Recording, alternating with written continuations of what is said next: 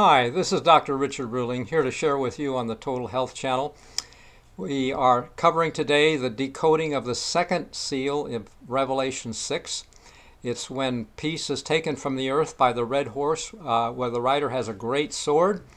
We might quickly summarize yesterday or previous topic of the first seal, in which we showed it was God's name because of the connection of thunder in John 12 with God's name when Christ said, glorify your name, and it thundered.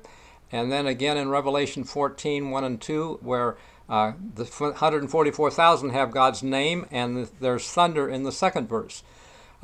So thunder is linked to God's name, and we said that Josephus, cited from Wars of the Jews, when he was the historian at the time of Jerusalem's destruction, described the golden crown in which was engraven that sacred name. It consists of 4 vowels. And that's different from 99% of the usage, but we know that from Ezekiel 36 chapter around verse 19, God scattered them among the nations, and the next verse says they profaned my name.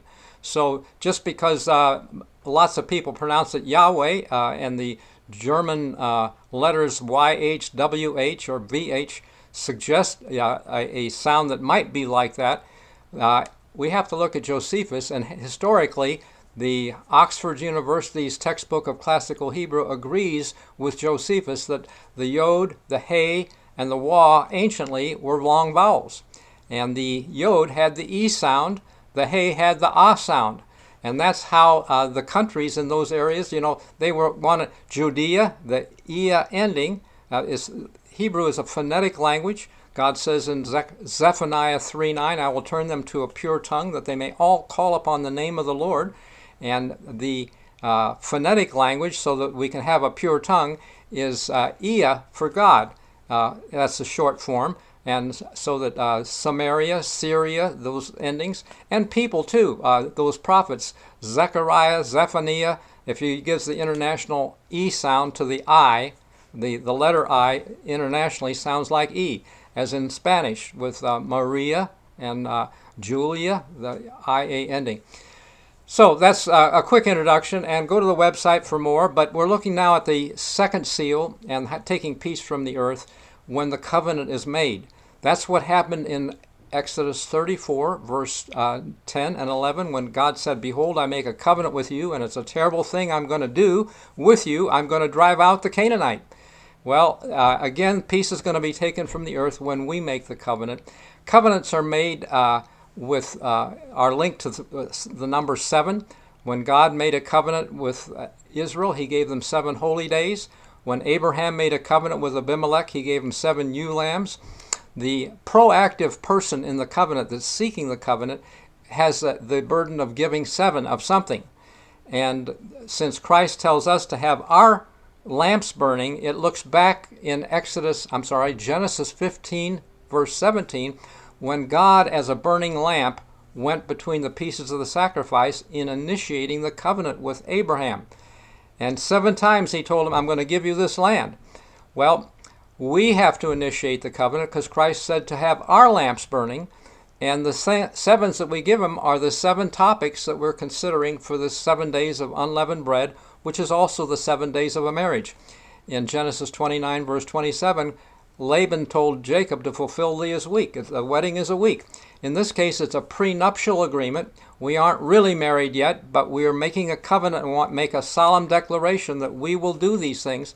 And if we're faithful to the covenant, I believe we'll eat the wedding cake in the heaven. So stay with us for these topics because you may want to use them later at the appropriate time when he comes and knocks. The knock in Luke 12:36 is probably an earthquake, because the only other place where Christ knocks in the New Testament, every Christian knows, is Revelation 3:20. I stand at the door and knock. They just don't know that church ended in an earthquake. Most people don't. Okay, but serious knock for the end time, and I believe that everyone will know when God knocks for us, when Christ does. I think this coming spring. We'll have to wait and see. But meanwhile, let's get ready. Let's understand it better. Let's share it with others. This is the going to the wedding feast, God sends his servants to bid people to a wedding in Matthew 24, verses 3 to 10, really. Trouble getting people to the wedding feast. Perhaps it's because the wedding parables all have Passover imagery, and the feast at that time is unleavened bread. And who wants that? They want cake. Cake, steak, shake, Well, I don't think so. Let's study, because Christ said, beware the leaven of the Pharisees. And we're looking now at topics related to the covenant.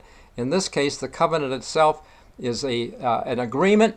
It's kind of like making a deal with God, and we want Him to bless us and protect us like He did Israel when they made the covenant.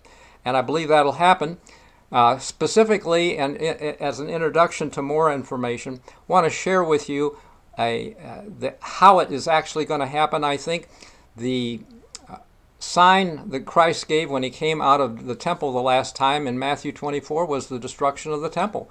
And the disciples were shocked. They said, what's the sign of this and of the end of the world? Well, the sign also for the end of the world is that destruction, because Zechariah 14, 1 and 2 says the day of the Lord comes, and that's the end time period. And God says, I will gather all nations against Jerusalem to battle. Not just Rome. Rome was 70 A.D., but all nations is our time. It may mean all Muslim nations, all neighboring nations, all UN nations. I'm not certain of who is all involved, but I'm confident that we're going to see trouble in Jerusalem sometime soon, because ultimately the Pope wants to move there. That's part of his plan. But it's not being allowed right now. So hang on. I think the Muslim nations may be triggered to do it. They may be blamed. And the vision of Daniel 8 in 17th verse, Gabriel tells Daniel this vision is at the time of the end. Well, we might wonder which vision, because there are two visions. A vision that Daniel saw and a vision that he heard, a mareh. But the vision he saw was kazon, and I asked a Dr. Leatherman in a university where I was at, a little town, Collegedale, which word in Hebrew is the word for vision in Daniel 8:17. He looked in his Bible works, his Englishman's. I have a Young's. They all say the kazon, the ram and goat, is at the time of the end.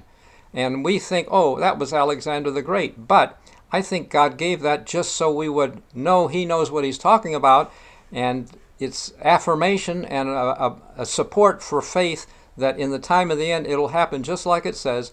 And in this case, there's going to be a goat with a great horn. In the Bible times, they used horns to make trumpets. And so we happen to have a president with the name of Trump. I believe he will be the great horn on the goat that clobbers Iran, really, which is Persia. Iran is Persia.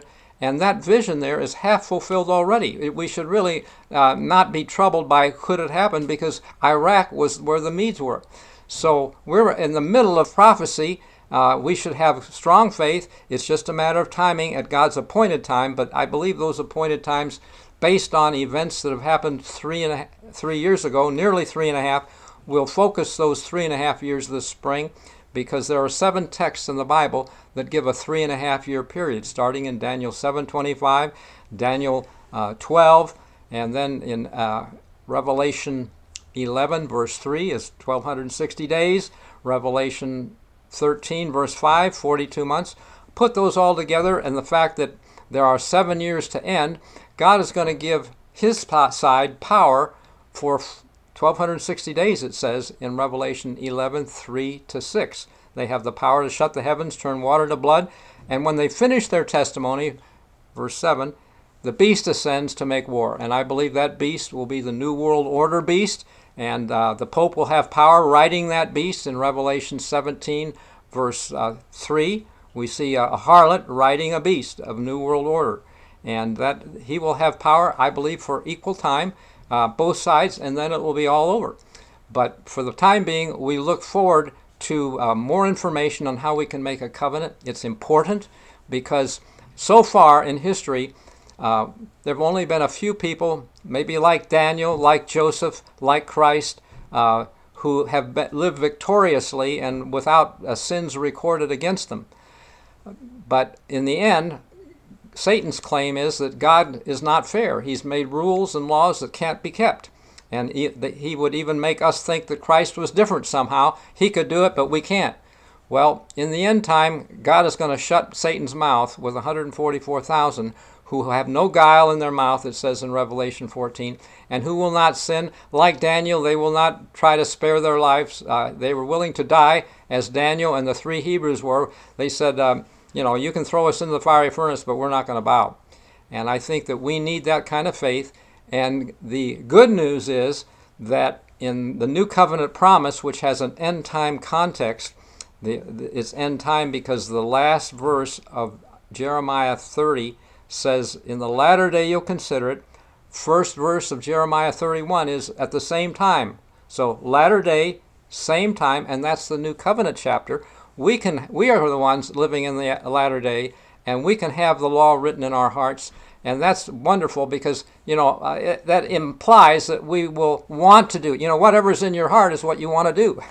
So we will want to obey, and that's better than Israel, which thought they could and said, yeah, we'll do it, but they really didn't want to, and they ended up doing a lot of other stuff, making another king when God was their king. He was their king.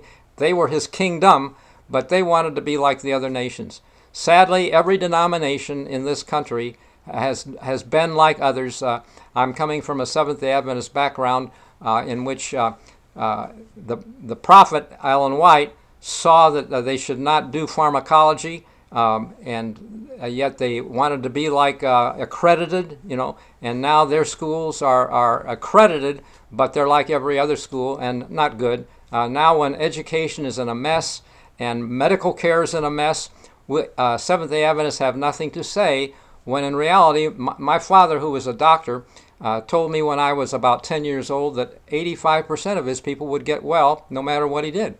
10% he thought he helped, and 5% would die.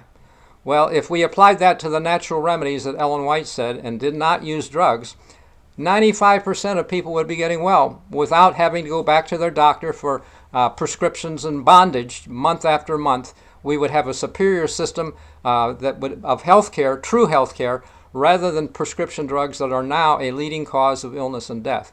So sad for Seventh-day Adventists at this point, and I believe when judgment falls on America, it will include them in their Loma Linda. Ellen White had the vision of an earthquake at Loma Linda, and I just think sad that we have to end that way, but that's how the ancient church of Laodicea ended, and I think we need to take a close look at what God is saying and go for it as he has promised. So thank you for considering this. We look forward to a new covenant promise that he's going to write it in our hearts. And what we're talking about today is the basis of the covenant.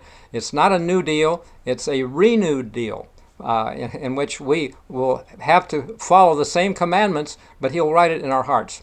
Thank you for considering it. If you want more information, you might get the Earthquake and Seven Seals, which I would not recommend the print copy because it doesn't have the hot links that the online version does. So look at the end of the link of this post, and you can get further information. Thank you so much.